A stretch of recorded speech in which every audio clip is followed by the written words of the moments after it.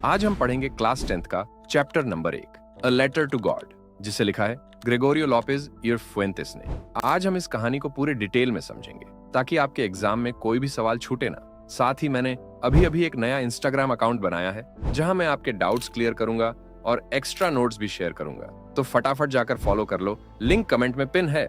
अब बिना किसी देरी के शुरू करते हैं अ लेटर टू गॉड की पूरी कहानी। लेंचो एक सिंपल फार्मर था जो अपनी फैमिली के साथ एक वैली में रहता था। उसका घर पहाड़ी पर था जहां से पूरा खेत दिखता था। उसका फार्म मेज से भरा था और उसे बारिश की जरूरत थी।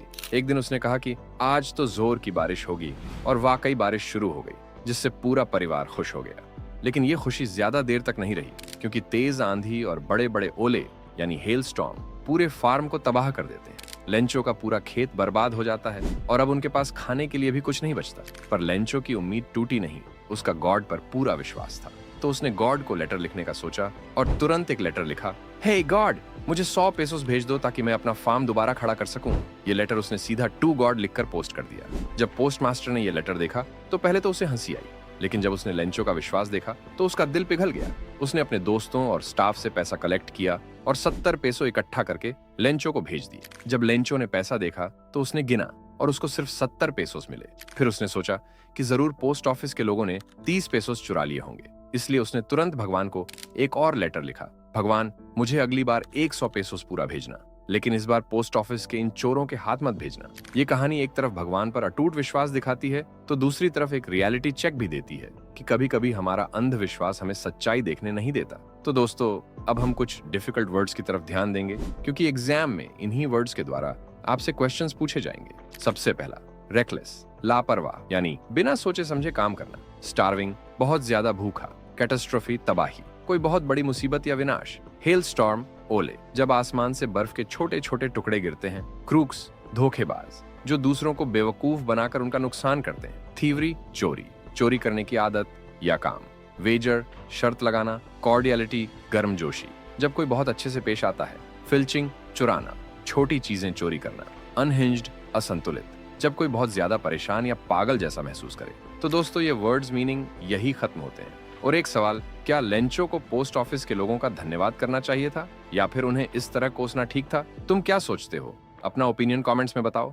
अब हम पढ़ेंगे क्लास 10वीं का chapter number 2, Nelson Mandela, long walk to freedom. ये कहानी है एक ऐसे आदमी की जिसने एक पुराने अन्याय भरे सिस्टम को हिलाकर रख दिया। एक ऐसे सिस्टम को जो सालों तक जाति और रंग के नाम पर भेदभाव करता रहा। आज मैं आपको मंडेला के जीवन के उस हिस्से के बारे में बताने वाला हूँ जो उनकी autobiography long walk to freedom से लिया गया है। ये कहानी सिर्फ एक आदमी की नहीं, बल्कि जस्टिस, इक्वालिटी और फ्रीडम की जीत की कहानी है। तो चलिए शुरू करते हैं। 10 मई 1994, साउथ अफ्रीका के इतिहास का वो दिन जब एक नए दौर की शुरुआत हुई।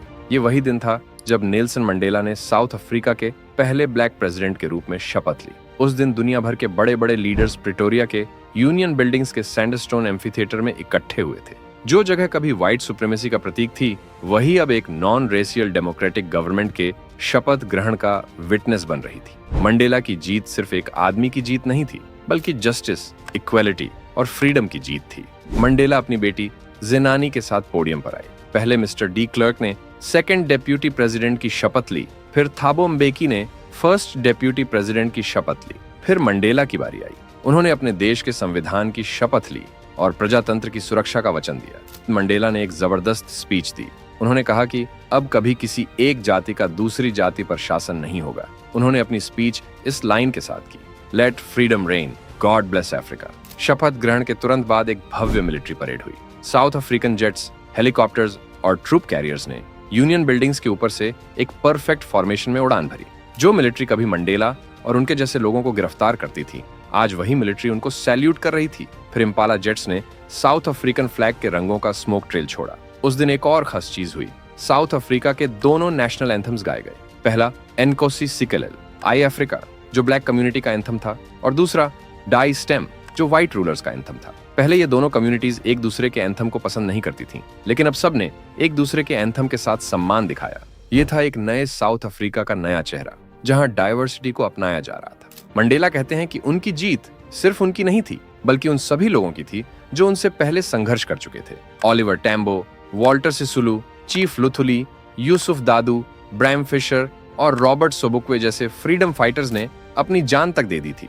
मंडेला ने कहा था कि शायद इसी तरह के अत्याचार ऐसे महान लोगों को जन्म देते हैं। मंडेला कहते हैं, बहादुर आदमी वो नहीं होता जो नहीं डरता, बल्कि वो होता है जो अपने डर को जीत लेता है। मंडेला को जेल में कभी कभी किसी गार्ड में एक छोटी सी इंसानियत की झलक दिखती थी, जो उन्हें ये याद दिलाती थी कि इंसानियत हमेशा जिंदा रहती है। मंडेला कहते हैं कि हर आदमी के जीवन में दो जिम्मेदारियां होती हैं, एक अपनी फैमिली के प्रति और दूसरी अपनी कम्युनिटी और देश के प्रति। लेकिन साउथ अफ्रीका के अपार्थाइड सिस्टम में एक ब्लैक आदमी न तो अपनी फैमिली के साथ जी सकता था, न अपनी कम्युनिटी के लिए लड़ सकता था बिना पनिशमेंट सहन किए। मंडेला ने शुरुआत में अपनी फैमिली को प्रायोरिटी दी थी, लेकिन धीरे धीरे समझा कि जब तक पूरी ब्लैक कम्युनिटी फ्री नहीं होगी, तब तक वो भी ट्रूली फ्री नहीं हो सकते। बचपन में मंडेला को लगता था कि वो फ्री हैं, क्योंकि वो खुले मैदान में दौड़ सकते थे, नदी में नहा सकते थे। लेकिन जैसे जैसे बड़े हुए, उन्होंने समझा कि ये फ्रीडम एक इल्यूजन थी, सिर्फ तब तक जब तक वो अपार्थाइड के रूल्स को फॉलो कर रहे थे। मंडेला कहते हैं कि फ्रीडम इनविजिबल होती है, मतलब अगर एक इंसान बंधन में है तो सब बंधन में है। सच्ची आजादी तभी आएगी जब न सिर्फ ऑप्रेस्ड बल्कि ऑप्रेसर भी अपनी नफरत से आजाद होगा। तो ये थी नेल्सन मंडेला के सफर की कहानी। एक आदमी जिसने अपनी जिंदगी के 30 साल जेल में बिताए, लेकिन अपनी सोच को कभी कमजोर नहीं पड़ने दिया। मंडेला कहते हैं कि नफरत सीखी जा सकती है तो प्यार भी सीखा जा सकता है। ये कहानी सिर्फ एक व्यक्ति की नहीं थी, बल्कि एक नए साउथ अफ्रीका के जन्म की थी, एक ऐसे देश की जहां अब इंसानियत, सम्मान और इक्वेलिटी का राज था। तो दोस्तों, ये चैप्टर यही खत्म होता है। और तो दोस्तों, आज हम पढ़ेंगे क्लास 10th का chapter number 3, true story about flight का पार्ट 1, हिज फर्स्ट फ्लाइट। तो चलिए दोस्तों, बिना किसी देरी के शुरू करते हैं। दोस्तों, सोचो, अगर तुम्हें उड़ने का मौका मिले पर तुम्हें इतना डर लगे कि तुम उड़ ही ना पाओ। बस कुछ ऐसा ही हाल था उस छोटे से सीगल का, जो अपनी चट्टान पर अकेला बैठा था। उसके 2 भाई और एक बहन कल ही उड़ चुके थे, लेकिन ये बेचारा उनके साथ उड़ने की हिम्मत ही नहीं जुटा पाया। जब भी वो थोड़ी दौड़ लगाकर पंख फड़फड़ाने की कोशिश करता, उसके अंदर का डर उसे रोक लेता। नीचे दूर दूर तक फैला समुद्र दिखाई देता और उसे लगता कि अगर वो गिर गया तो सीधा पानी में। इसी डर से वो वापस भाग जाता और वहीं चिपक कर बैठ जाता, जहां वो रात भर सोता था। अब मजे की बात ये थी कि उसके भाई बहन के पंख उससे छोटे थे, फिर भी उन्होंने हिम्मत दिखाई और आसमान में उड़ गए। लेकिन ये बस सोच सोच कर घबरा रहा था कि कहीं नीचे गिर गया तो काम तमाम। उसके माँ बाप ने भी उसे धमकाया, उड़ वरना भूखा मर जाएगा, पर फिर भी वो नहीं उड़ा। पिछले 24 घंटे से कोई उसके पास नहीं आया था। उसके माँ बाप दूसरी चट्टान पर भाई बहन को उड़ने की कला सिखा रहे थे कि कैसे हवा में बैलेंस बनाना है, समुद्र के ऊपर उड़कर पानी में डाइव लगानी है और कैसे मछली पकड़नी है। उसने देखा कि उसका बड़ा भाई अपनी पहली मछली हेरिंग पकड़ चुका था और मजे से उसे चबा रहा था। पूरा परिवार खुशी मना रहा था और बस वो अकेला कोने में बैठा सब देख रहा था। और सुबह से उसका परिवार उसका मजाक उड़ा रहा था, उसे डरपोक कहकर चिढ़ा रहे थे। सूरज सिर पर आ चुका था, धूप तेज थी और भूख से उसका बुरा हाल था। फिर उस बेचारे ने एक चाल चली। वो चट्टान के किनारे जाकर एक पैर पर खड़े होकर नींद का नाटक करने लगा। कभी एक आंख बंद करता, कभी दूसरी, ताकि लगे कि वो सो रहा है। पर उसकी चालाकी पर किसी ने ध्यान ही नहीं दिया। तभी उसकी नजर उसके माँ पर पड़ी, जो पास की चट्टान पर खड़ी थी और उसके माँ के पैरों के पास मछली का एक टुकड़ा पड़ा था। माँ कभी उसे खा रही थी तो कभी अपनी चोंच पत्थर पर रगड़ रही थी। अब भूख से उसका बुरा हाल हो गया था। उसका पेट तो जैसे चिल्ला रहा था कि काश मैं भी मछली तोड़ सकता, अपनी चोंच तेज कर सकता। लेकिन वो ऐसा कुछ नहीं कर सकता, क्योंकि हमारे सीगल भाई साहब फट्टू है ना। अब बेचारा सीगल जोर जोर से चिल्लाने लगा, लेकिन उसकी माँ ने उसकी हालत का मजाक उड़ाया और वहां से उड़ने लगी। पहले तो उसे लगा कि माँ मछली लेकर उसे खिलाने आ रही है, तो वो खुशी से आगे झुक गया, अपने पंजे चट्टान पर मारने लगा ताकि और करीब आ सके। पर जैसे ही माँ उसके सामने आई, उसने अपनी उड़ान रोक दी। मछली का टुकड़ा उसके बीक के बिल्कुल पास था, लेकिन माँ ने उसे खिलाया नहीं। बेचारा भूख से तड़प उठा और मछली पकड़ने के लिए झपट पड़ा, लेकिन उसका पैर फिसल गया और वो चट्टान से नीचे गिरने लगा। अब तो उसकी सांस अटक गई है। उसे लगा अब तो वो गया काम से। लेकिन तभी एक जादू हो गया। जैसे ही हवा उसके पंखों से टकराई, पंख खुद ब खुद खुल गए और उसे एहसास हुआ कि वो गिर नहीं रहा, बल्कि उड़ रहा है। हवा उसकी छाती से टकरा रही थी, उसके पंखों के नीचे से होकर गुजर रही थी और तब उसे लगा कि उड़ना कितना आसान है। जो उड़ना उसे मौत का डर लगता था, अब वही उसके लिए मजेदार सफर बन गया था। उसकी माँ उसके पास से जोर जोर से उड़ती जा रही थी। उसके पिता भी खुशी से चीयर कर रहे थे। उसके भाई बहन भी उसके चारों तरफ मस्ती में उड़ने लगे। अब वो भी मस्ती में कभी नीचे जाता तो कभी ऊपर, कभी गोल गोल घूमता और कभी जोर जोर से खुशी में चिल्लाता। उसकी खुशी हवा में गूंज रही थी और फिर वो समुद्र के ऊपर पहुंच गया। नीचे उसने हरे भरे समुद्र को देखा, जहां छोटी छोटी लहरों की लकीरें बन रही थी। उसने देखा उसके माँ बाप और भाई बहन पानी पर तैर रहे थे और उसे बुला रहे थे। फिर उसने जैसे ही पानी को छुआ, उसके पैर डूबने लगे। उसने घबराकर दोबारा उड़ने की कोशिश की, लेकिन वो इतना थक चुका था कि अब उड़ नहीं पा रहा था और उसका पेट भी पानी को छूने लगा। और फिर उसे समझ आया कि वो डूब नहीं रहा है बल्कि तैर रहा है, और इससे ही उसे पानी में तैरना भी आ गया था। तो दोस्तों, ये थी उस छोटे सीगल की पहली उड़ान की कहानी, जहां उसने डर को हराकर अपने सपनों को छू लिया। और अगर तुम्हें भी ये कहानी पसंद आई तो वीडियो को लाइक करो और चैनल को सब्सक्राइब कर लो। सोचो, तुम एक पायलट हो और रात का समय है, तुम घर जा रहे हो, एक पीसफुल फ्लाइट एंजॉय कर रहे हो, और अचानक सब कुछ उल्टा हो जाए, कंपास फेल, रेडियो बंद, और तुम एक डेंजरस तूफान में फंस जाओ। तब तुम क्या करोगे? क्या तुम बच पाओगे या ये तुम्हारी आखिरी फ्लाइट होगी? तो दोस्तों, आज हम ऐसे ही एक इंटरेस्टिंग कहानी के बारे में पढ़ने वाले हैं, जो कि क्लास 10th का chapter 3 two stories about flying का पार्ट 2 द ब्लैक एरोप्लेन है, जिसमें एक पायलट मौत के मुंह से वापस आता, मगर एक अजीब ट्विस्ट के साथ। तो चलिए शुरू करते हैं। एक पायलट अपने पुराने डकोटा जहाज में फ्रांस से इंग्लैंड जा रहा था। उसे घर पहुंचने की जल्दी थी, क्योंकि दिमाग में बस एक ही चीज थी, गर्मा गर्म इंग्लिश ब्रेकफास्ट। उसे घर जाके अपने फैमिली के साथ गर्मा गर्म नाश्ता करना था। रात के 1:30 बज रहे थे, आसमान साफ था, तारे चमक रहे थे और सब कुछ एकदम परफेक्ट लग रहा था। फिर पायलट ने पेरिस कंट्रोल से संपर्क किया। पेरिस कंट्रोल, डकोटा DS 0888 बोल रहा हूँ, क्या आप सुन सकते हैं? मैं इंग्लैंड जा रहा हूँ। ओवर। पेरिस कंट्रोल से तुरंत जवाब आया, DS 0888, तुम्हें 12 डिग्री वेस्ट टर्न लेना चाहिए। ओवर। पायलट ने कंपास और मैप चेक किया और कॉन्फिडेंटली अपना रूट चेंज किया, लेकिन फिर आया एक खतरनाक तूफान। जैसे ही पेरिस 150 किलोमीटर पीछे छूटा, सामने एक भयानक ब्लैक क्लाउड दिखाई दिया, एक मॉन्स्टर जैसा बादल, जिसके ना ऊपर से जा सकते ना साइड से, और फ्यूल भी लिमिटेड था। पायलट ने सोचा, मैं पेरिस वापस जा सकता हूँ, लेकिन मुझे रिस्क लेना पड़ेगा। और उसने ऐसा ही किया और सीधे तूफान में घुस गया। और बस यही उसकी सबसे बड़ी गलती थी। जैसे ही उसने बादलों में एंट्री ली, सब कुछ अंधेरा हो गया। न आसमान दिख रहा था, न जमीन। फिर जहाज हिलने लगा, जैसे तूफान उसे निगल रहा हो। फिर उसने कंपास और रेडियो देखा, दोनों ही खराब हो गए थे। फिर वो पेरिस कंट्रोल से बात करने की कोशिश करता है, लेकिन वहां से उसको कोई जवाब नहीं मिलता। अब सोचो, एक पायलट हो, हवा में फंसे हो, न डायरेक्शन, न मदद, बस अंधेरा और एक खौफनाक बादल। और तभी सामने एक काला जहाज आ जाता है। उसके पायलट ने हाथ उठाकर इशारा किया, मेरे पीछे आओ। लेकिन अब सवाल ये था कि उस पे भरोसा किया जाए या फिर यही अकेले मरे। फिर पायलट ने सोचा, ये आदमी मेरी मदद कर रहा है, तो शायद मुझे इस पे भरोसा करना चाहिए। और फिर बिना सोचे समझे उसके पीछे उड़ने लगा। 30 मिनट तक वो प्लेन उसे गाइड करता रहा। फिर पायलट ने फ्यूल मीटर देखा, जिसमें सिर्फ 5 से 10 मिनट का फ्यूल बचा था।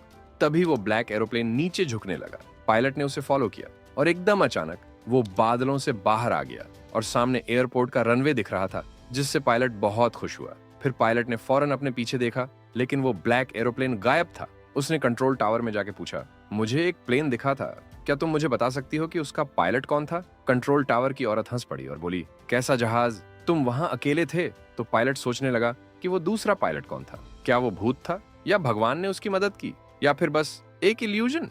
जो भी हो, एक बात तो पक्की है, कुछ हादसे इस दुनिया में साइंस से परे होती है।